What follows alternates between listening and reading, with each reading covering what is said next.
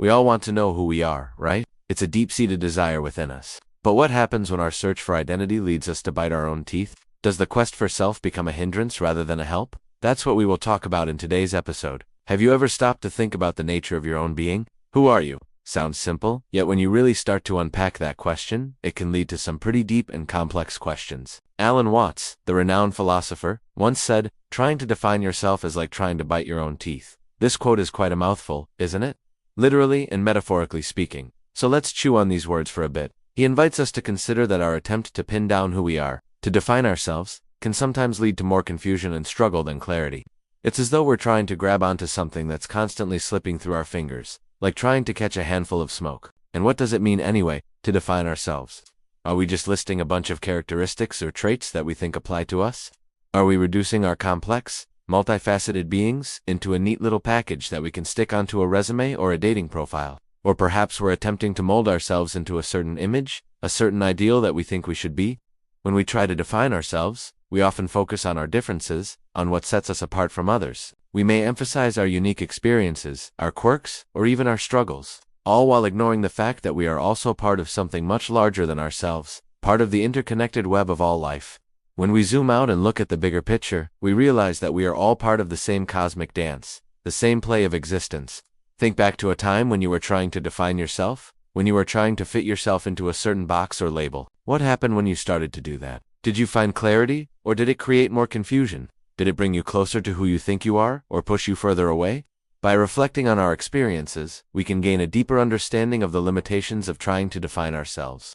So then what is the alternative? How can we approach the question of identity in a different way? Instead of trying to define ourselves, maybe we can try to experience ourselves. Instead of asking, "What makes me me?" maybe we can ask, "Who am I being right now in this very moment?" When we shift our focus from defining ourselves to experiencing ourselves, we open up the possibility of discovering who we are beyond our own definitions. This is where the wisdom of Eastern philosophies such as Zen, Buddhism, and Taoism can offer some valuable insights. These philosophies have long emphasized the importance of letting go of our attachment to the self, to our ideas and concepts about who we are. They remind us that we are more than our thoughts and feelings. We are more than our experiences and labels. We are part of something much larger and more interconnected than we can ever imagine. For example, in Zen Buddhism, there's a concept called zazen, which simply means sitting meditation. It's a practice that involves sitting in a specific posture and focusing on the breath. But zazen is not just a physical exercise. It's an opportunity to let go of our attachment to our thoughts and to the self. When we sit in zazen, we are reminded that we are not our thoughts,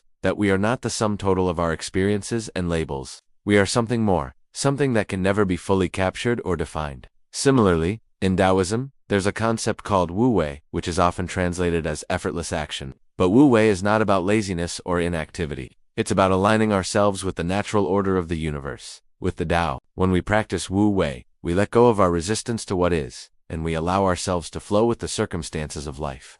We learn to accept the things we cannot change, and to adapt to the situations we find ourselves in. Both Zen Buddhism and Taoism offer practices and perspectives that can help us move beyond the limitations of defining ourselves. They remind us that we are more than our thoughts, our experiences, and our labels. We are part of something much larger and more interconnected than we can ever imagine. As Alan Watts pointed out, trying to define ourselves can lead to more confusion and struggle than clarity.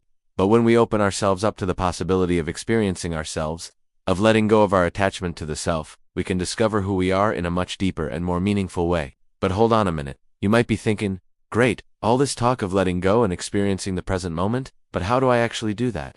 How can I put these ideas into practice in my everyday life? Well, here are some ways to do just that.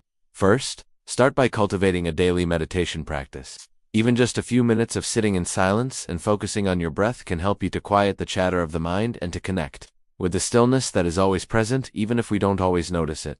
Second, pay attention to your thoughts without judgment. When you notice your mind wandering towards negative thoughts or judgments, simply acknowledge them and let them pass like clouds in the sky. Remember, you are not your thoughts. You have the power to choose which thoughts to dwell on and which to let go of. Third, engage in activities that bring you joy and a sense of flow. When you're fully immersed in something that you love doing, you enter a state of being where you forget about yourself and your problems. This could be anything from dancing to painting to playing a sport. The important thing is that you find activities that allow you to express yourself and to connect with the world around you. Fourth, cultivate a sense of gratitude for the present moment.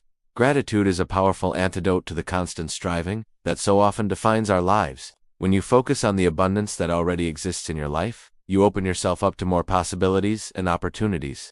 Take a moment each day to appreciate all the things, big and small, that you are grateful for. Fifth, practice acts of kindness and compassion towards others. When you focus on the needs of others, you are reminded that you are not alone in this world. You are part of a community of human beings who are all connected by our shared experiences and emotions. Acts of kindness, no matter how small, can create a ripple effect of positivity and goodwill. Sixth, spend time in nature. Nature has a way of putting things into perspective for us.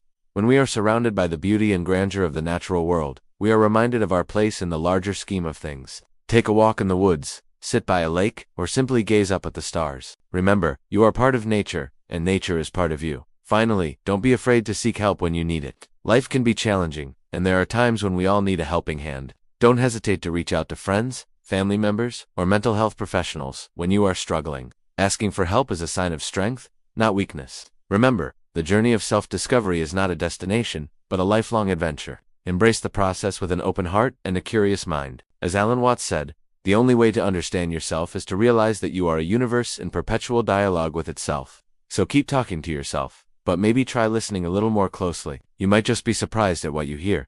That's all for today. If you found this video helpful, don't forget to share it with your friends and family, and leave a comment below with your thoughts on Alan Watts' quote, "Trying to define yourself is like trying to bite your own teeth." And as always, thanks for watching. We'll see you next time.